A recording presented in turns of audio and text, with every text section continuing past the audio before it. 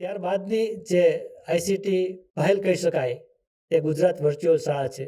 Gujarat virtual શાળામાં ઈ class અંતર્ગત ખાસ કરીને કોરોના પેન્ડેમિક સમયથી શરૂ કરીને તમામ વિષયો માટે પ્રારંભિક શિક્ષણથી શરૂઆત કરી અને ધોરણ 12 સુધીના તમામ વિષયો માટે એક્સપર્ટના શૈક્ષણિક એપિસોડ તૈયાર કરવામાં આવ્યા અને તે સતત ટ્રાન્સમિટ કરવામાં આવ્યા.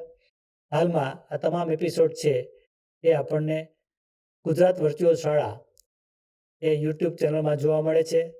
પ્રી સ્કૂલથી શરૂ કરી ધોરણ 12 સુધીના તમામ વિદ્યાર્થીઓને અધ્યયનની તમામ તક મળે તે હેતુથી આ ચેનલ શરૂઆત કરવામાં આવેલી છે. તમામ એકમોના વિડીયો લેસન તેમાં અવેલેબલ છે.